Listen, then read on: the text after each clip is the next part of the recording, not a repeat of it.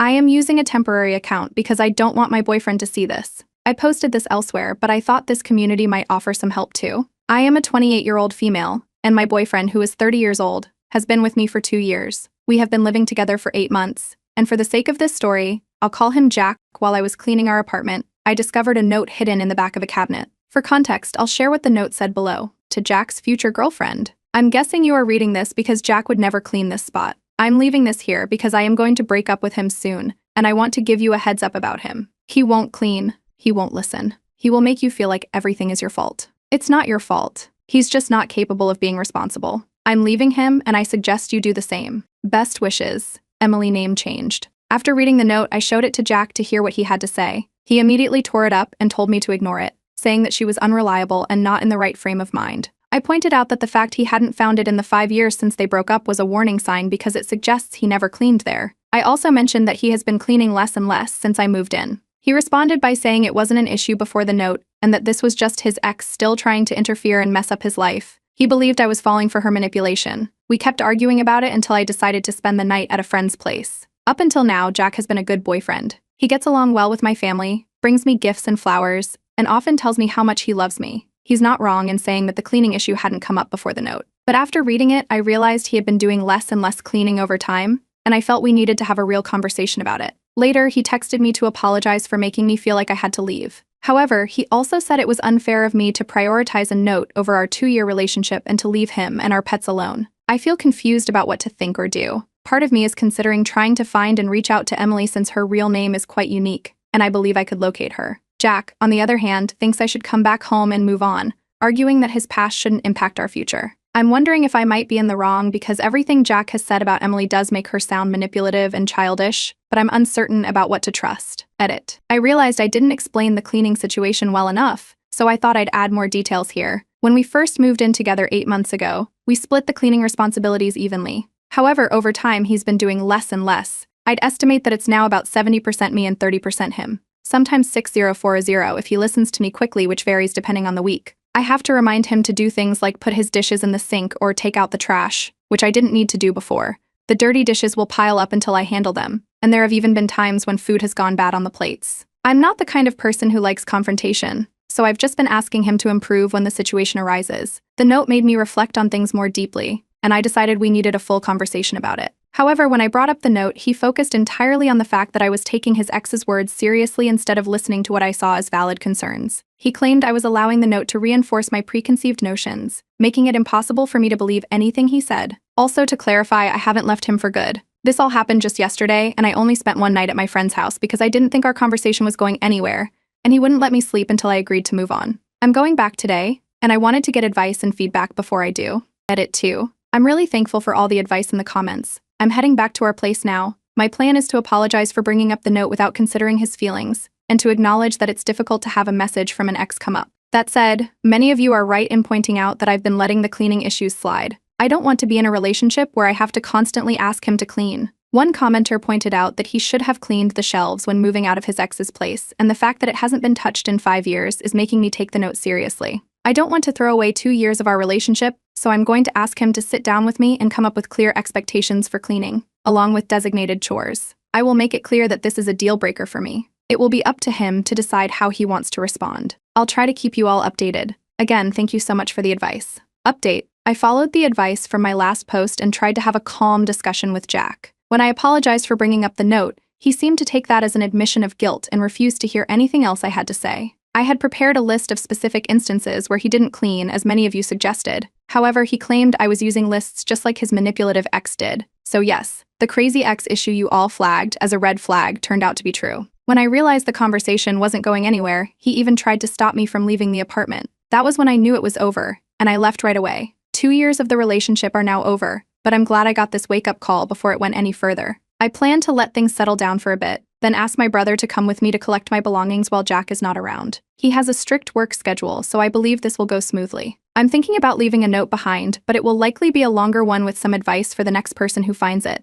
I'll hide it in the same spot, so if he still hasn't learned to clean, it will eventually catch up with him. All he needs to do is clean. The biggest surprise in all of this is that I didn't have to reach out to Emily, she reached out to me. Apparently, Jack borrowed a friend's phone to call her, angrily accusing her of still ruining his life. The fact that she blocked him and he still had her phone number memorized only confirms that he was the one with issues, not her. Emily found me on social media and wanted to make sure I was okay. She was especially concerned that he might try to manipulate me the way he did with her. I thanked her for leaving the note and saving me time. We've arranged to meet for coffee on Thursday afternoon. I want to thank everyone again for your advice, especially the person who recommended the Love is Respect website. After our conversation, I took the healthy relationship quiz, and the results were not encouraging. You all did a great job pointing out how he was slowly pulling me into an unhealthy relationship. For now, my friend has offered me a place to stay until I find a new home. I'm fortunate to have emergency savings and a good job, so I'm in a relatively secure position as I go through this difficult breakup. I'm just trying to focus on being grateful for that. Another update. As you can tell from my original post, I tend to act quickly. It was probably a mistake to bring up the note right away, but handling things this morning without delay was not a mistake. It allowed me to save my pets. First, I want to respond to comments suggesting I ended a 2-year relationship over a note and household chores. No, I ended the relationship because when I tried to work out solutions for an unequal situation, his response was to shout and convince me that the only problem was me. The breaking point came when he physically prevented me from leaving the house while raising his voice at me. That is unacceptable, and no one should stay with someone who handles conflict like that. The actual update. Last night, I texted the post to Emily, and she thought it was great. Like some of you, she asked me about my pets. For context, one of the things Jack and I bonded over was our love for animals. I initially thought he was a great person, because if he could take such detailed care of his pet lizard, I figured he could take care of me in the same way. I was wrong. He had one lizard he bought before we met, and together we bought 2 frogs. I also brought my pet snake when I moved in. Initially, I thought I could wait until he had calmed down to go back for my things, including the frogs and the snake, assuming he wouldn't harm them. But Emily made me reconsider. She warned me that he could become destructive when angry, and she was worried about the safety of my pets. I immediately realized I couldn't wait and reached out to set up a meeting with the landlord for this morning. Last night, I had a long conversation with Emily over a video call. Emily, who is a lawyer, told me that in our state, landlords are required to let someone break a lease in situations involving domestic violence. She also explained that his shouting, manipulation, and refusal to let me leave were all forms of abuse. It's hard for me to accept that, but taking the Love is Respect relationship quiz helped me understand it a little better. Apparently, his constant texting and control over what I wore and when were also signs of abuse. This morning, Emily offered to come with me and my brother to speak with the landlord.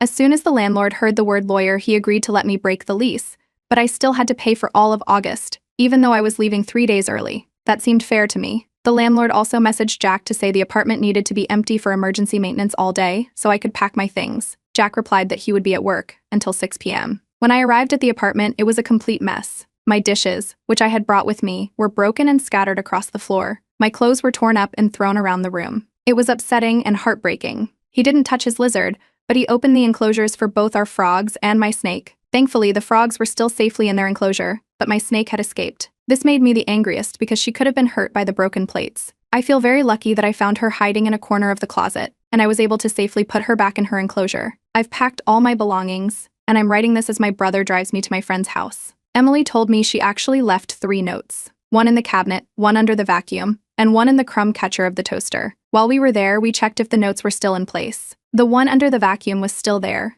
but it seems like Jack did clean the crumb catcher at least once in the past 5 years. He never mentioned finding a note during any of our conversations, so it caught me off guard. Emily and I left the vacuum note where it was and replaced the one in the cabinet. I didn't feel right signing my name on a new note, so I left a pamphlet about healthy and unhealthy relationships, along with a QR code for the quiz that made me realize the truth.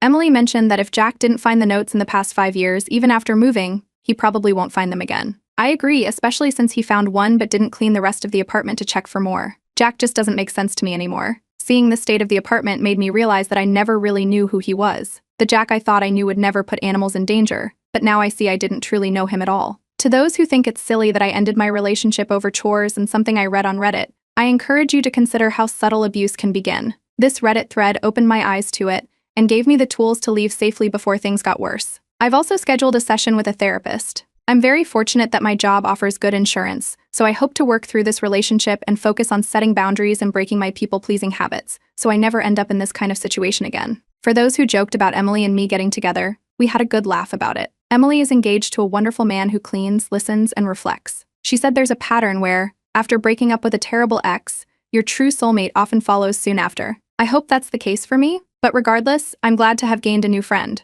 Plus, Emily is also a snake mom, so we have that in common. This will be my final update. I hope my experience can teach you something. Abuse doesn't start right away. It begins with love, gifts, and kind words. Then slowly they start testing what you'll tolerate. No one should have to tolerate anything, especially moldy plates. One last update. I came across this quote. Many survivors have been inspired to heal by the bravery of others. Every time a survivor shares their story with a friend, speaks in front of a group, writes a book, or takes legal action against abusers, or the systems that enable abuse, they encourage others to break the silence. This resonated with me deeply, especially after reading comments from others who shared their own experiences or realized they needed to evaluate their relationships. So I wanted to post this here in case my story can help someone else the way Emily and you all helped me. It's been a while since I posted. I'm not sure if anyone will read this, but I need to share it for my own peace of mind. I hope this doesn't come across as too scattered. I'll try to go in order. When we visited Jack's apartment, I took pictures of all the damage. Emily told me that if I wanted to, I could file charges. She couldn't represent me due to a conflict of interest,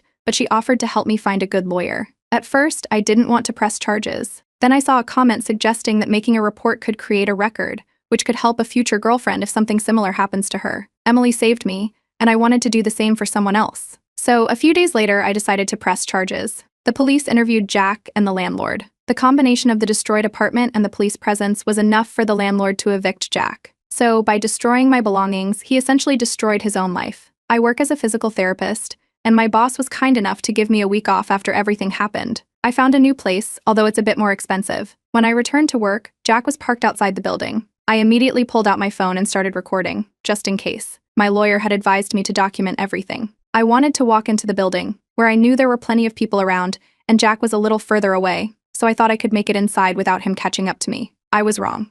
He held onto my hand when I was only a few steps away from the door. At first, he spoke calmly and said he wanted to apologize, but I hadn't been answering his calls. I told him we were finished, and he should leave me alone while trying to free my hand. That made him angry, and he pulled me closer, yelling that I had ruined his life and that I owed him. One of my coworkers came out when he heard the commotion. He's much bigger and taller than Jack, which made Jack back off right away. I told Jack to leave and not bother me again, and he left. The video from that incident, along with security footage showing him waiting in the parking lot for several days when my shift started, was enough for my lawyer to get a restraining order. Since then, he has left me alone. He accepted a plea deal, and he doesn't know where I've moved, so I believe I'm finally safe. I didn't want to post anything until everything was resolved. I'm doing much better now. I've had several therapy sessions. Emily and I have hung out 3 times, and during the last visit, Jack didn't even come up in conversation. My workplace has been incredibly supportive, and now one of my coworkers walks with me from my car to the door. I feel so grateful for the support system that has come together around me. I wouldn't have made it through this difficult time without their support, including the advice and encouragement I received here.